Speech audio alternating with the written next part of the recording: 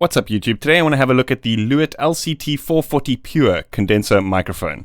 This one over here. So firstly, I want to say a big thanks to Mike at musicpower/Marshall Music for making this happen.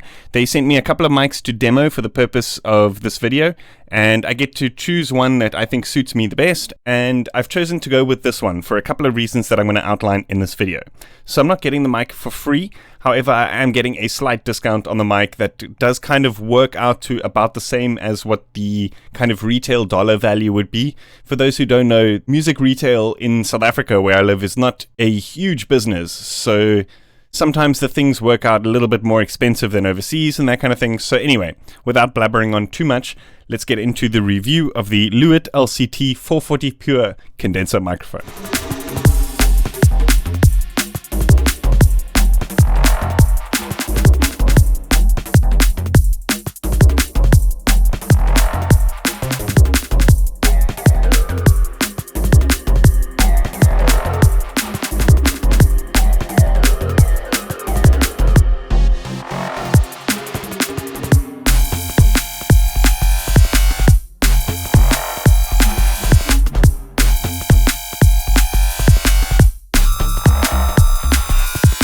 So I'm not much of a singer or a instrument player by any stretch of the imagination, so I'm going to try base most of this off just the specs alone, and I'm going to try kind of outline why this is such a good value for money microphone just across the board. And for somebody like myself who, yes, I don't personally do a lot of singing, but maybe I do want to sample like other vocalists and that kind of thing, or maybe I want to record somebody who's playing acoustic guitar or something like that, it'll definitely help to have a microphone that excels at everything, not just the kind of voiceover type of stuff. So I previously had a microphone that was okay for voice, but you know, any type of singing or instruments, there was almost no dynamic range in that microphone to play with. And the moment you started processing stuff, it just became really noisy and it was almost kind of unworkable.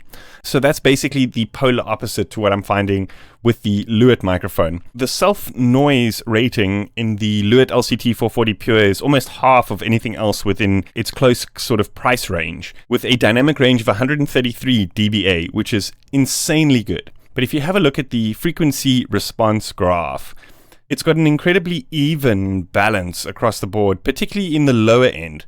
A lot of condenser microphones kind of drop off quite extensively at the low end. And for more basic stuff like what I'm doing, just voiceovers, sometimes you need that low end. You know, often with vocals like singing, specifically like female vocals, you don't often need that really bassy element.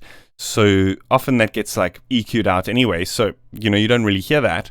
So I think particularly for myself, somebody who does kind of all around stuff, it's really good to have a microphone with a frequency response that's very flat, like this one. There is a little bit of kind of boost in the tops, but that can always be dealt with in terms of EQing just a little bit out. I'm always worried when there's a dip, because when you start to boost that, you know, those sounds don't exist in the recording. So that just lowers your signal to noise ratio. So some of the physical aspects of the microphone, it's built like an absolute tank. This thing is high quality. And something that I really, really like is this little added-on magnetic pop shield. So this is super slick. It just looks really nice, and it also performs a bit better than those foam pop shields, which also kind of don't really last that long. They start to get gunky, and I feel like they muffle the top end in recordings quite a bit. So this is really nice. It kind of magnetically fits onto the shock mount, and it just kind of stays there exactly where you need, and it's perfect. So when listening back to the recordings of my voiceovers and stuff with this microphone, I noticed that it's got a nice full low end. You can really hear the proximity effect. For example, when I go close and whisper, there's a very kind of intimate response, and you get a very full low frequency. But when we're a little bit further back, there's still that kind of full body. And I feel like a lot of condenser microphones really drop off at this sort of distance. The low end really starts to suffer. It's also got a very nice natural top end. It's, as you can see on the frequency graph, there's a little bit of boost, but I don't find that it adds too much hiss or too much sibilance in any way. And like I said, those types of things can always be dealt with a de-esser or an EQ or something like that. So some of the pros of the microphone, it has a dual grill, so even without the metallic extra pop shield, there's 2 protective layers of metal grill before the actual condenser element itself. As you can see, the difference with the pop shield on and off is minor. It only kind of deals with the very plosive piss and burst sounds. The microphone itself is super, super quiet and basically inaudible with post-processing. And like I said, the build quality is absolutely superb. So I found one con with the microphone, literally just one. And it's minor. It's more of a kind of inconvenience for the way I work. The way that the shock mount mounts to the actual microphone, it doesn't actually hold. The microphone basically just kind of sits there and it kind of like compresses around it. So if I wanted to hang the microphone upside down in the shock mount, it would probably just fall out, or sideways or something. It wouldn't sit very tight in the shock mount. That being said, it still functions perfectly as intended.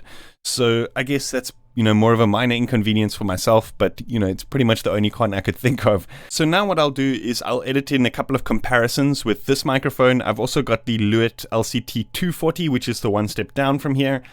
And I've also got a Samson microphone, and then I've also got my Zoom recorder so that you can hear the kind of audible difference in the quality.